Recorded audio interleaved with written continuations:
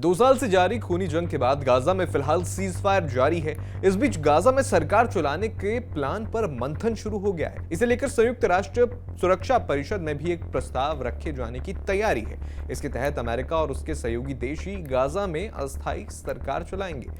वहां शांति बहाली से लेकर इंफ्रास्ट्रक्चर तक का सारा काम अमेरिका और उसके सहयोगी देश ही संभालेंगे। रिपोर्ट्स के मुताबिक ये सब 2 साल के लिए होगा, यानी 2027 के आखिर तक। अब जो रिपोर्ट्स आ रही हैं उनके मुताबिक प्रस्ताव का नाम है गाजा संघर्ष समाप्त करने का व्यापक प्लान। इसका ड्राफ्ट बना लिया गया है। ये प्लान अमेरिकी राष्ट्रपति डोनाल्ड ट्रंप के 20 पॉइंट पीस प्लान पर आधारित है, जो सितंबर में ही लॉन्च हुआ था। अक्टूबर 10 से सीजफायर लागू होने के बाद ये पहला बड़ा कदम है।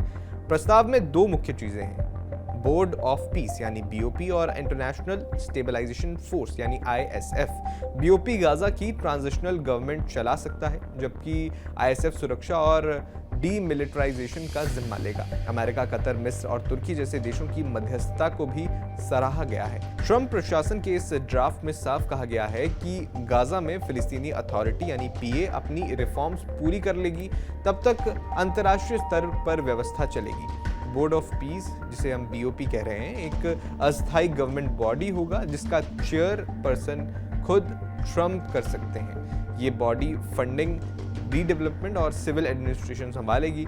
वर्ल्ड बैंक और अन्य फाइनेंशियल इंस्टीट्यूशन एक ट्रस्ट फंड बनाएंगे ताकि गाजा की रिकवरी हो सके। फिलहाल जो रिपोर्ट्स हैं उसमें ये सारी चीजें बताई गई हैं। अब मानवीय सहायता भी बीओपी के ओवरसाइट में चलेगी। संयुक्त राष्ट्र, रेड क्रॉस और रेड क्रिसेंट के साथ मिलकर ये काम होगा, लेकिन सख्त नियम होंगे कि हथियारबंद ग्रुप्स को कोई डायवर्जन ना हो या उनकी कोई डायवर्जन ना हो।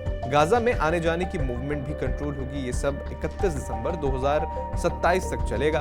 उसके बाद यूएनएससी रिव्यू कर सकता है।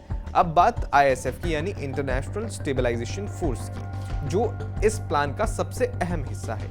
एक मल्टीनेशनल फोर्स होगी जो अमेरिका के यूनिफाइड कमांड के तहत काम करेगी। इजराइल और मिस्र के साथ कोऑर्डिनेशन में ये फोर्स गाजा की सीमाओं पर नजर रखेगी। अच्छा, इसके मुख्य काम क्या होंगे वो भी जान लीजिए। सीजफायर को लागू कराना और सिक्योरिटी एनवायरनमेंट स्टेबलाइज करना, हमास जैसे ग्रुप्स के हथियारों को नष्ट करना, टनल्स को तोड़ना और मिलिट्री इंफ्रास्ट्रक्चर रोकना, नागरिकों और ह्यूमैनिटेरियन ऑपरेशंस की सुरक्षा करना, नई फिलिस्तीनी पुलिस फोर्स को ट्रेनिंग देना।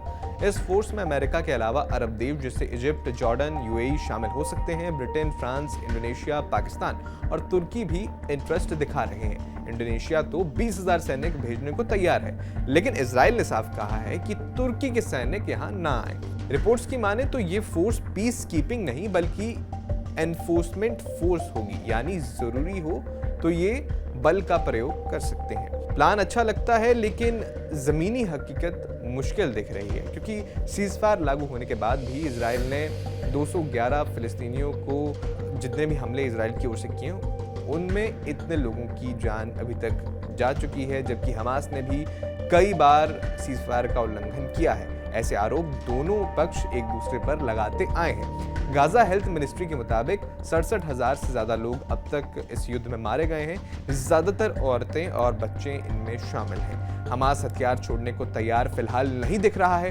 ट्रंप प्लान में डिसआर्मामेंट जरूरी है, यानी हथियार छोड़ना जरूरी है, लेकिन हमास इसे हुदना यानी अस्थायी ट्रूस मानता है, ना कि परमानेंट पीस। इस्लामिक देशों के विदेश मंत्रियों की इस्तांबुल बैठक में भी गाजा के अगले फेज पर चर्चा हुई, लेकिन हमास की भूमिका पर सहमति नहीं बनी। इजराइल ने सीजफायर ब्रेक पर और इलाके कब्जाने की कोशिश की, लेकिन ट्रंप ने वीटो कर दिया। अब एक्सपर्ट्स कहते हैं कि डिसआर्मामेंट सबसे मुश्किल होगा। इसके लिए पॉलिटिकल प्रोसेस, सबकी माफी और रीइंटीग्रेशन जरूरी है। अगर ये फेल हुआ तो अगला टकराव यही हो सकता है। आपका इस पूरे मुद्दे पर क्या कहना है, हमें कमेंट बॉक्स में जरूर बताएं।